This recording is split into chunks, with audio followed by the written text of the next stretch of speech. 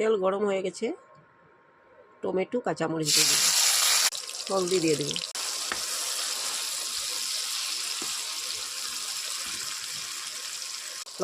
লবণ দিয়ে দিয়েছি, মরিচের গুঁড়া দিয়ে দেবো, ডিম 2টা ভেঙে দিয়ে দেবো,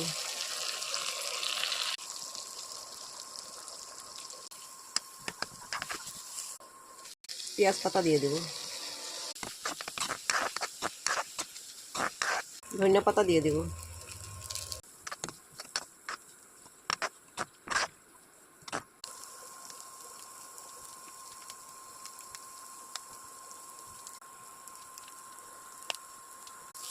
ডিমের ঝুড়াটা আমার হয়ে গেছে, নামিয়ে নেব।